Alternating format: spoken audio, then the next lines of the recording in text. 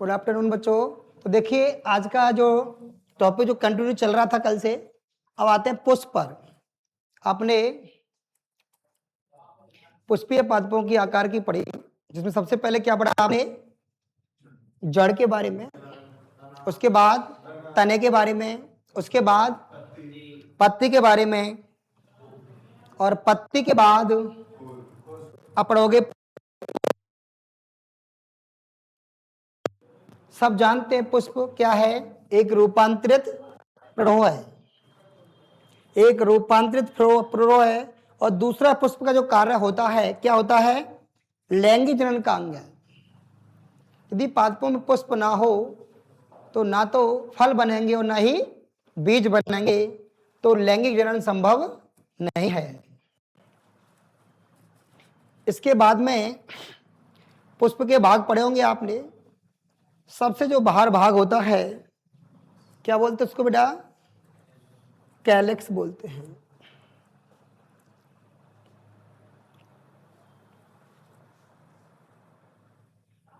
सबसे बाहर वाला भाग क्या है? कैलेक्स। कैलेक्स जानते हो? बाह्य दल पुंज, बाह्य दल पुंज। तो बताइए कैसा होता है ये? हरे रंग का, पहली बात तो बेटा छोटा होता है, हरे रंग का होता है। और इसके एकल सदस्य को क्या बोलते हैं? एकल सदस्य को क्या बोलते हैं बताइए? बाह्य दल कहते हैं। बाह्य दल कहते बात ध्यान रखना है आपको। सबसे बाहर होता है, हरे रंग का होता है, छोटा होता है, और इसका एक सदस्य क्या कहलाता है बेटा? बाह्य दल कहलाता है। इसके बाद में आप बात करते हैं, इनको ऐड नहीं करो बेटा। इसके बाद देखिए हम पढ़ते हैं कोरोला के बारे में। जानते हैं कोरोला के बारे में बेटा? पुष्प का दूसरा चक्र है, कैसा होता है ये बताइए? बड़ा होता है और रंगीन होता है। और इसके एकल सदस्य को क्या बोलते हैं? एकल सदस्य को बताइए? एकल सदस्य को क्या बोलते बेटा? दल कहते, बात ध्यान रखना है। बाह्य दल और ये होता है दल, इंग्लिश में मैं लिखाए थे आपको कोरोला। उसके बाद आते हैं आपके पुंकेसर। अब एक क्वेश्चन ऑब्जेक्ट पूछ सकता है कि पुष्प के जननांगों के नाम बताइए। तो दो जननांग हैं, कौन कौन से? एक है पुंकेसर, इसको बोलते हैं क्या? नर जननांग। दूसरा होता है जायांग, ये होता है आपका मादा जननांग। इसका एक सदस्य क्या कहलाता है बताइए बेटा? पुंकेसर का एक सदस्य ये। तो पुंकेसर के दो भाग पढ़े होंगे आपने, कौन कौन से? पराकोश और पोतंतु पढ़े। और जायांग के तीन भाग पढ़े होंगे, कौन कौन से बताइए? वर्तिका, वर्तिकाग्र, वर्तिका एवं अंडाशय, या अंडाशय, वर्तिका एवं वर्तिकाग्र। जायांग सुना होगा आपने, जिसकी बेटा ये पहले देखा होगा। जायांग ऐसा होता है। ये क्या है? अंडाशय। ये वर्तिका, और ये क्या है? वर्तिकाग्र। ये तीन भाग होते हैं जायांग के भी। कैलिक्स व कोरोला, ये बात ध्यान रखने कि पुष्प के अंदर चार चक्र हैं। पुष्प के चार चक्र हैं, और पहले जो दो चक्र हैं बाह्य दलपुंज और दलपुंज, ये क्या है? हेल्पर है। ये बात ध्यान रखना, मैं लिखा था आपको, दोनों हेल्पर हैं। जनन में सहायक हैं, जनन क्रिया में भाग नहीं लेते। पुंकेसर और जायांग ये प्रजनन अंग हैं, इन्हीं के माध्यम जनन क्रिया संपन्न होती है। ये आपको ध्यान रखना है। अब पुष्प बात करें तो पुष्प दो प्रकार के होते हैं बेटा, द्विलिंगी जानते हो, दोनों अंग उपस्थित होते हैं, स्त्री केसर और स्त्री केसर प्लस के पुंकेसर, दोनों जननांग पाए जाते हैं, वो द्विलिंगी पुष्प है। एग्जाम्पल की बात करें, मटर, सरसों, द्विलिंगी पुष्प में बेटा। एक लिंगी पुष्प का मतलब होता है केवल एक ही जननांग, जिसकी बात करें हम लोग पपीता की, हम लोग बात करते किसकी बेटा, पपीता कैसा है, एक लिंगी। खजूर कैसा बेटा, एक लिंगी। ये भी आपको दिमाग में रखना है बेटा। आपको जो हम ऐड नहीं कर रहे, लेकिन वीडियो में तो मिल जाएगा कि भाई एक लिंगी के एग्जाम्पल कौन कौन से हैं। इसके बाद में आपका तरबूज कैसा है, तरबूज एक लिंगी है। ककड़ी है, खीरा है, कद्दू है, सब एक लिंगी में आता है बेटा। समिति जानते हो, समिति का मतलब जानते हो बेटा, समिति का मतलब यह होता है कि जब पुष्प को उसके मध्य से गुजरने वाली कोई भी रेखा यदि दो समान भागों में बांटती है तो उसको हम सममित कहते हैं। अब देखिए, एक होती है त्रिज्य सममित, जिसकी सरसों का फूल देखा है। त्रिज्य सममित का मतलब ये चिन्ह बेटा, आप पुष्प को ऐसे काटो या ऐसे काटो, किसी भी अक्ष से दो भागों में बांट सकते हैं, वो त्रिज्य सममित है। सरसों के पुष्प में चार इस क्रॉस रूप में पाए जाते हैं बेटा, चार दल होते हैं यूं करके। आप इसको यूं कैसे भी काट सकते हो, यूं काट दो, यूं काट दो, क्रॉस रूप में पाए जाते हैं। एक व्यास सममित की बात करें, मटर में एक इस प्रकार से एक चिन्ह होता है। मटर को केवल एक ही अक्ष से दो बराबर भागों बांट सकते हैं। यदि मानव की बात करें तो मानव भी कैसा बेटा, ये एक सममित होता है। एक सममित बोल दो, एक व्यास सममित, केवल एक ही अक्ष से। एक बात ध्यान रखना बेटा, एग्जाम्पल में एक्टिनोमॉर्फिक बोल सकते हैं, सरसों याद रखना दिमाग में, इंग्लिश बड़ी याद रखना। और जाइगोमॉर्फिक एक सममित, एक व्यास सममित होता है जाइगोमॉर्फिक। मानव कैसा बताइए, मानव भी एक व्यास सममित ही है, लेकिन मानव में जंतुओं के अंदर उस चीज को हम क्या बोलते हैं, द्विपार्श्व सममित। एक व्यास द्विपार्श्व सममित बोलते हैं कि मानव को केवल एक अक्ष से ही दो बराबर भाग बांट सकते हैं। मानव इसी में आता है। क्योंकि ये पादप पढ़ रहे हैं तो पादपों के लिए द्विपार्श्व सममित जगह क्या इस्तेमाल करते हैं, एक सममित या एक व्यास सममित इस्तेमाल करते हैं। ये दिमाग में रखना है आपको। असममित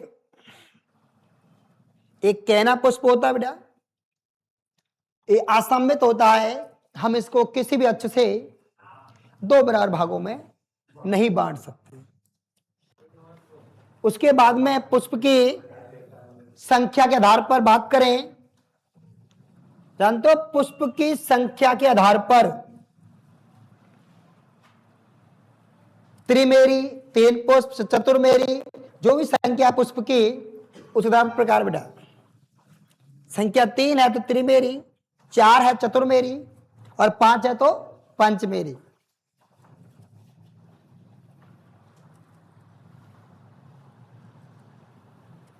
इसके बाद में पुष्प विन्यास पढ़ते हैं, पढ़ के आए होंगे पहले भी। कोर स्पर्शी का मतलब जानते हो, जब दल और बाह्य दल की कोर स्पर्श कर रही हूं, कोर स्पर्शी पढ़ेंगे।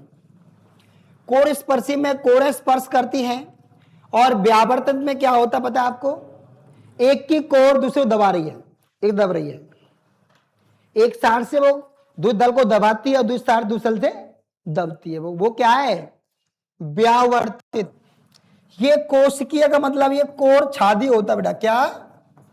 कोर छादी। कोर छादी में एक बार ध्यान रखना, 5 दल पुष्प है, एक दल की दोनों कोर है, 2 दलों की कोर दबी हुई है। वो एक दल की दोनों कोर है, 2 दलों को दाबी हुई है, और बाकी सब क्रम कौन सा है? व्यावर्तित। तीसरा है वैक्सिलरी, ध्वजिक। इसमें ध्वजिक की बात करें तो देखो, ध्वजिक में क्या होता है? एक ये पशदल होता है, 2 अनुदल होते हैं ऐसे, और 1-2 लास्ट में ये ध्वजिक है बेटा। ये सबसे बड़ा जो दल होता है इसको क्या बोलते हैं बेटा? ये पश्च दल है, सबसे बड़ा दल होता है। ये अनुदल है, और ये लास्ट में नोतल, 2 दल जुड़े हुए होते हैं। ये स्थिति होती है ध्वजिक की।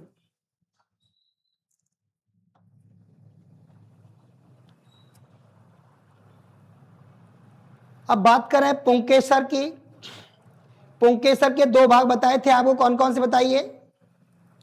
पुंकेसर के 2 भाग होते हैं, एक तो तंतो और एक परागकोश। संरचना कहीं बनाइए बेटा पुंकेसर की।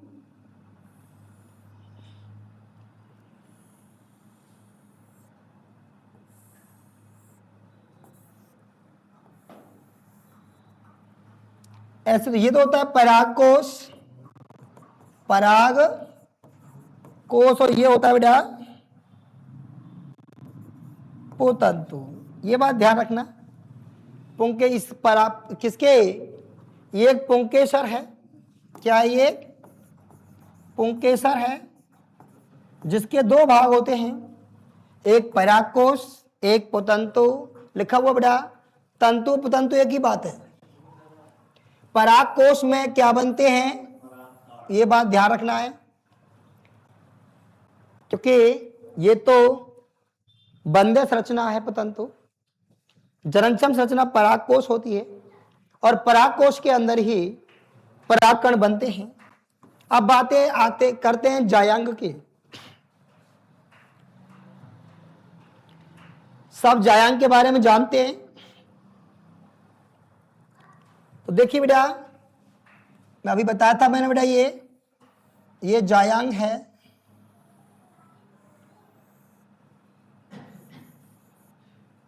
ये भाग जो फूला हुआ क्या कहलाता है बेटा? अंडाशय। ये वर्तिका, ये क्या कहलाता है? वर्तिकाग्र। अब देखिए, जायांग की बात करें, 3 भाग हो गए जायांग के। ये जायांग बना हुआ आपके सामने।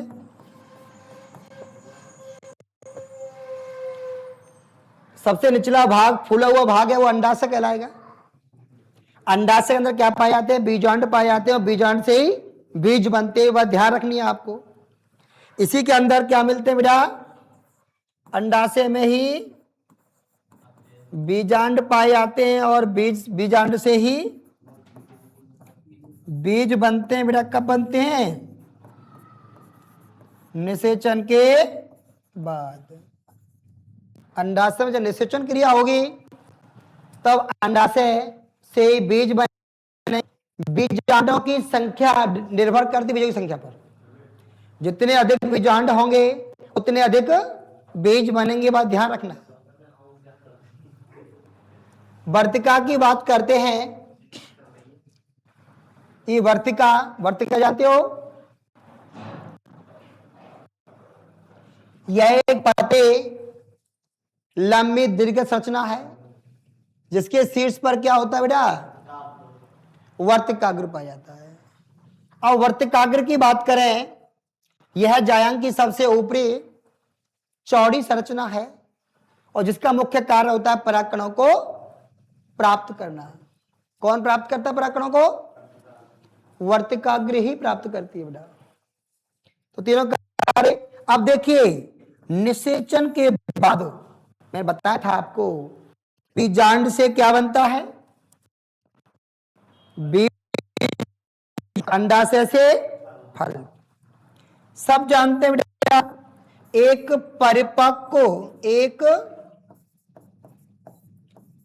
परिपक्व अंडाशय, एक परिपक्व अंडाशय बोलते हैं, फल कहते हैं। एक बात ध्यान रखना, बीजांड से बीज बनेगा और अंडाशय से,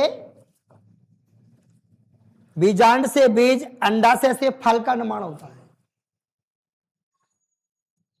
वो भी कब? निषेचन के बाद। और ऐसे फल जो बिना निषेचन के बनते हैं कैसे होते? बीज रहित होते हैं। अब देखिए उसके बाद में रिवाइज पॉइंट्स हैं। देखो, तना, पत्ते, पुष्प। तना, पत्ते, पुष्प। तना क्या काम करता बताइए? सपोर्ट, सहारा देता है। क्या बेटा? सहारा देता है, देता है ना।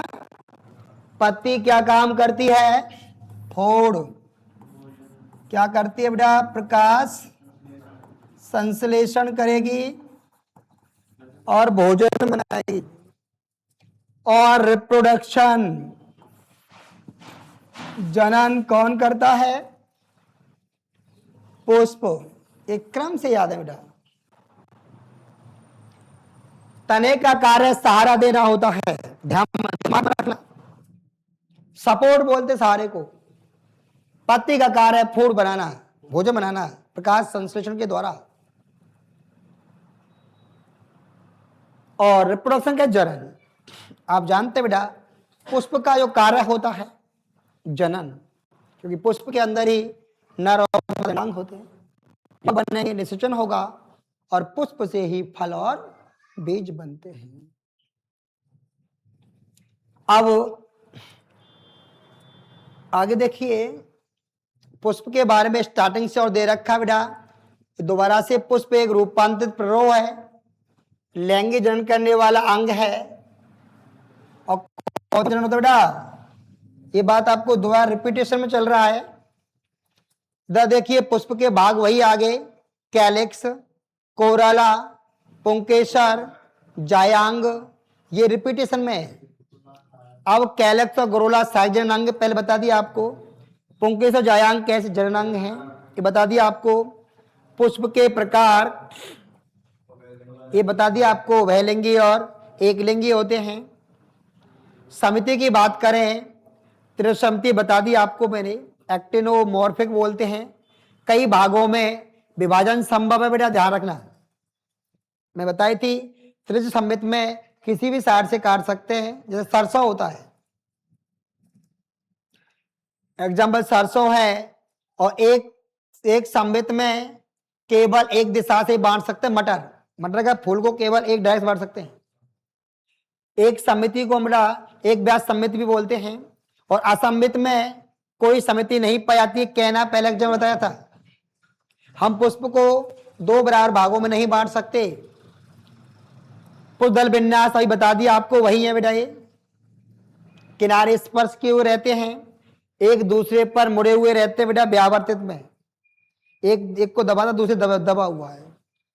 ये कोष्कीय दे दिया है बेटा, पर एक कोर छाद्री के रूप में दे रखा है आपके उसमें। अनियमित ओवरलैप होते हैं, बताया था आपको। जैसे पंचदली पुष्प है, एक दल की दोनों कोर अंदर की ओर है, तो एक दल की दोनों कोरें, एक दल की दोनों कोर दो दलों दबी हुई हैं, और एक दल की दोनों कोरें दो दलों को दबा रही हैं, कोरों को दबा रही हैं। ऐसी स्थिति आपको मैंने लिखाया था बेटा, उसमें ध्यान रखना। कौन सा? कोर छादी में। और ये केवल ध्वजिक विन्यास है जो मटर में पाया जाता है। पुंकेसर के भाग अभी बताए थे आपको, वही है बेटा, ये रिपीटेशन में है। जायांग के 3 भाग बताए थे आपको, वर्तिका, वर्तिकाग्र। जायांग के 3 भाग बताए थे, वर्तिका, वर्तिकाग्र और अंडाशय। अंडाशय में बीजांड होते हैं। और ये क्या बताया था आपको, निषेचन के पश्चात बीजांड से बीज बनता है और अंडाशय से फल बनता है, वही रिपीटेशन है। अब आएगा बीज। बीज याद रखना है बेटा, तो सबसे पहले ये याद रखना है बीज को कि बीज का निर्माण निषेचन के बाद बीजांड से बीज बनता है। किससे बनता है बीज? बीजांड से। ये बात दिमाग में रखनी है। बीज में मुख्यतः होता है, बीज में क्या होता है? बीज के सबसे बाहर होता है बीज का आवरण, होता है ना बेटा, छिलका। और बीज के अंदर होते हैं बीज पत्र, और बीज पत्रों के अंदर क्या होता है बेटा? भ्रूण। इसके बाद क्या होंगे? बीज पत्र होंगे बेटा, बीज पत्र,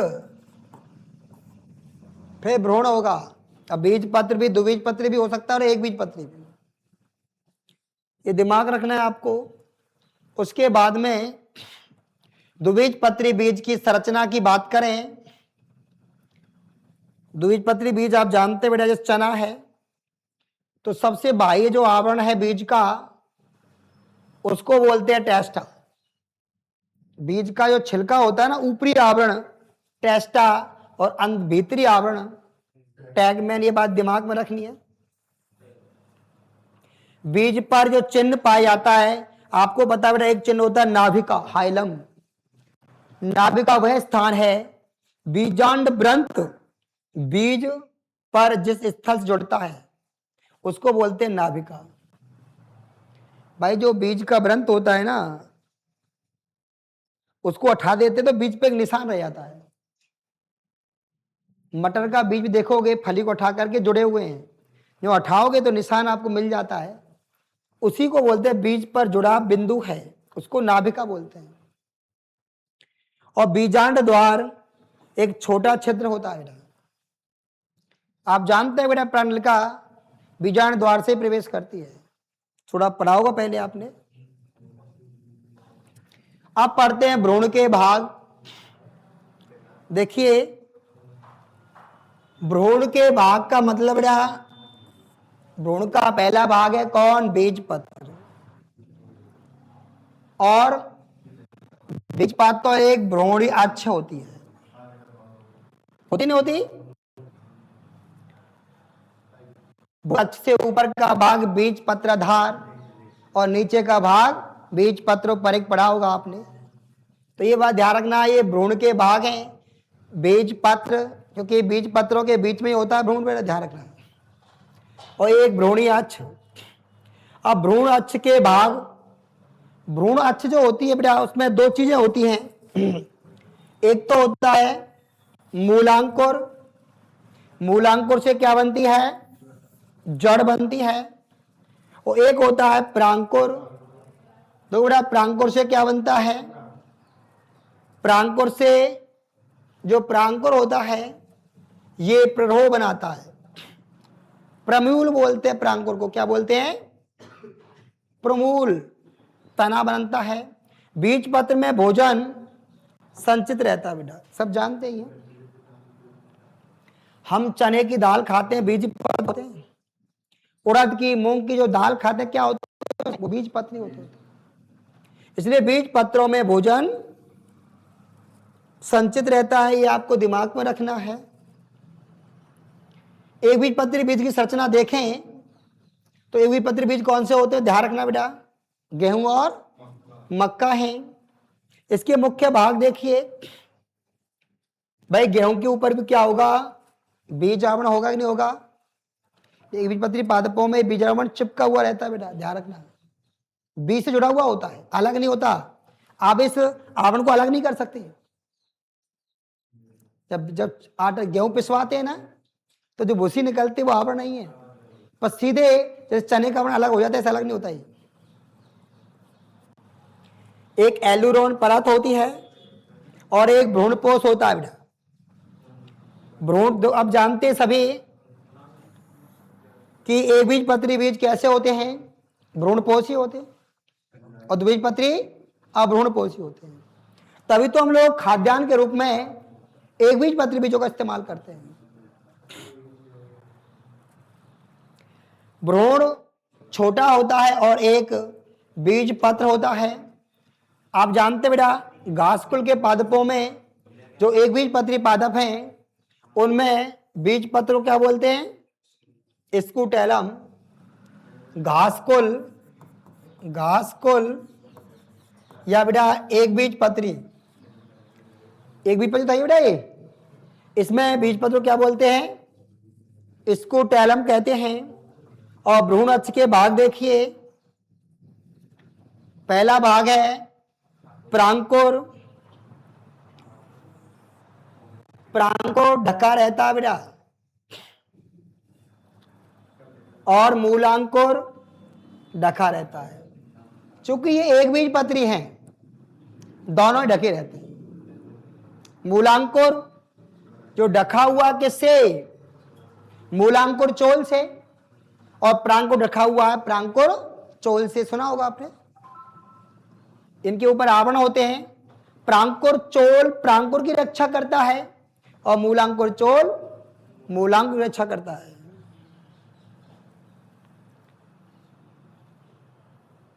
तो यही ये पाठ खत्म हो गया बेटा।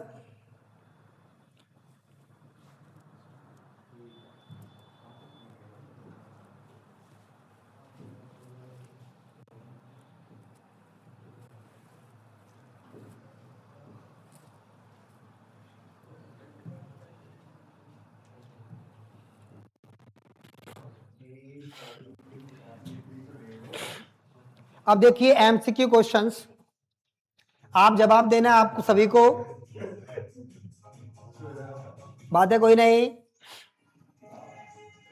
पुष्पी पादपों की आकृति,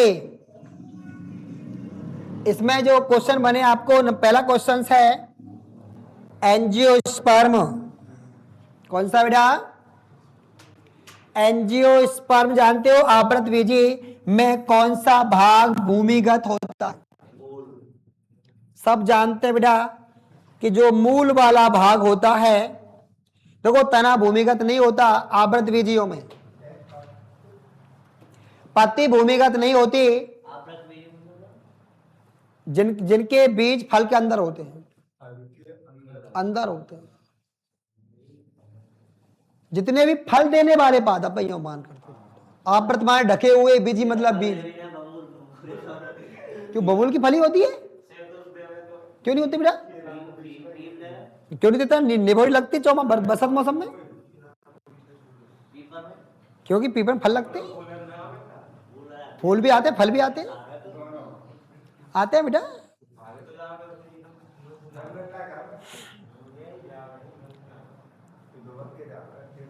दूसरा क्वेश्चन है, दूसरा और तीसरा एक साथ देख लो बेटा। टैप रूट सिस्टम किसमें पाया जाता है? अब ये इंग्लिश वर्ड दे दिया। टैप रूट का मतलब होता है बेटा, बताइए। हाँ, मूसला मूल तंत्र, सही है बेटा, मूसला मूल तंत्र। और वो पाया जाता बेटा द्विबीज पत्री में। टैप रूट सिस्टम, टैप का मतलब मूसला मूल तंत्र है, किसमें पाया जाता है? द्विबीज पत्री में। दूसरा है फाइब्रस रूट सिस्टम। फाइबर कहते हैं रेशेदार मूल है, किसमें पाया बेटा? बताई थी, गेहूं में।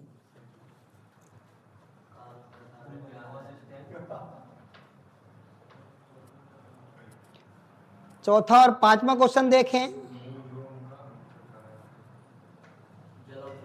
मूल रोम का मुख्य कार्य सब जानते हैं बेटा, मूल रोम जल का अवशोषण करते हैं। और रूट कैप जानते हो? जो रूट के ऊपर मूल गोप पाई जाती है, रक्षक, उसका कार्य होता है सुरक्षा। पता है बेटा, रूट कहते हैं मूल को, और कैप माने टोपी, जो मूल के अग्र सिरे पर टोपी नुमा संरचना पाई जाती है, इसका मुख्य कार्य सुरक्षा करना होता है।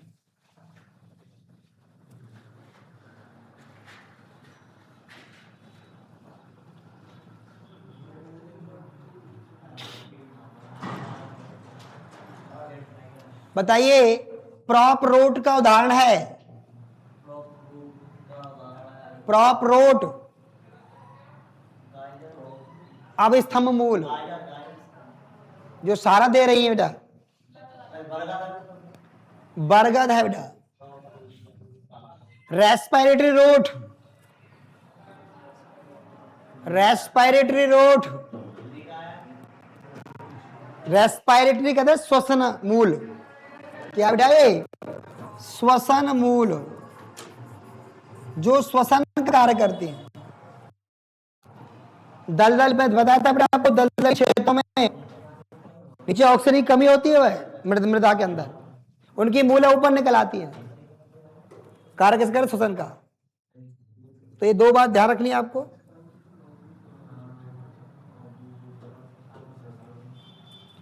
आठवां क्वेश्चन, नमा को देखिए।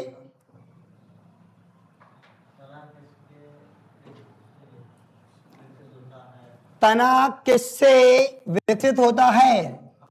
बताइए।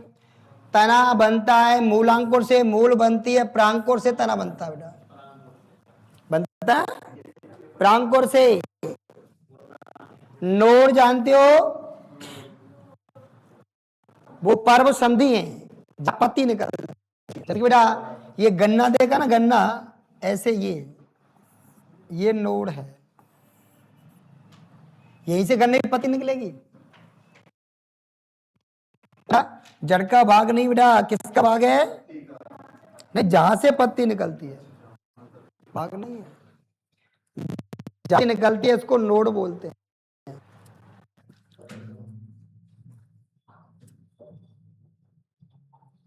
अब देखिए 10वां क्वेश्चन, आलू किसका रूपांतरण है?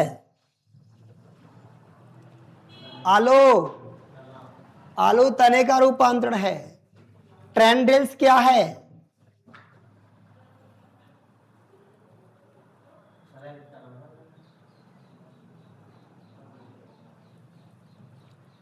ट्रेंड्रिल्स क्या बताइए बेटा? भोजन बनाना, सहारा देना, प्रजनन और संचय।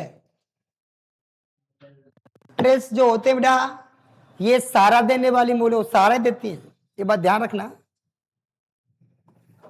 ये इंग्लिश वर्ड हैं, इंग्लिश वर्ड हैं, आपको देखने पड़ेगा। इंग्लिश में लिखे हुए कुछ वर्ड, वो इंग्लिश वर्ड दे दिए।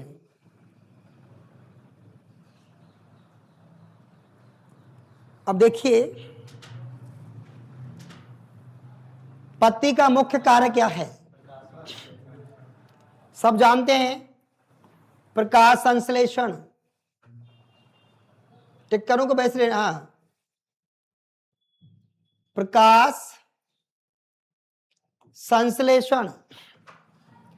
रेटिकुलेट वेनेशन किसमें पाई जाती है? बताओ बेटा।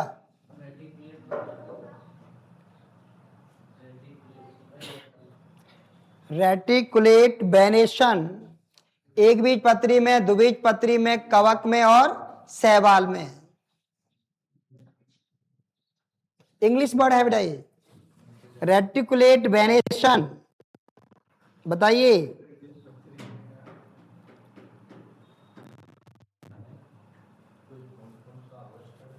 रेटिकुलेट वेनेशन,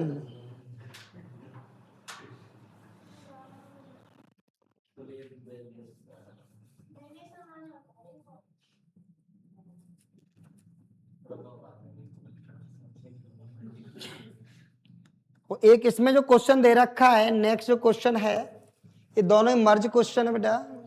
ये दो क्वेश्चन है। पैरेलल वेनेशन है, हाँ विन्यास है बेटा।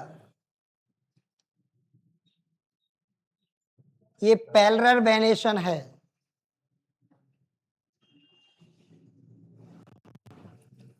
रेटिकुलेट वेनेशन और पैरेलल वेनेशन, ये दो क्वेश्चन हैं आपको। हाँ, द्विबीज पत्री, अब बताएंगे इसको आपको। और एक पैरेलल वेनेशन, ये किस में पाए जाते हैं?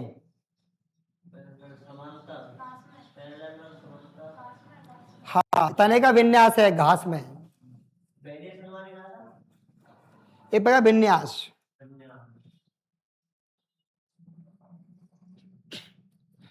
पार्लियामेंट्री कंपाउंड लीफ, बताइए बेटा। Parliamentary compound leaves, silk cotton. पुष्प का जननांग कौन सा है? ये दो भाग होते हैं पुष्प जननांग बेटा, पुंकेसर और स्त्री केसर। बाइसेक्सुअल फ्लावर में क्या होता बताइए? दोनों ही होते हैं बेटा, केवल पुंकेसर केवल जायांग दोनों उपस्थित होते हैं। क्या होते हैं ये? या में दोनों उपस्थित होते हैं।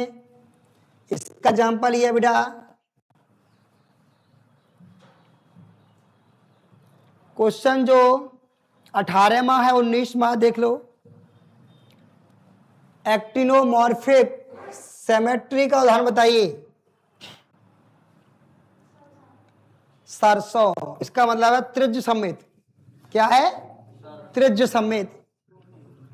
और निषेचन के बाद बीजांड से क्या बनता है?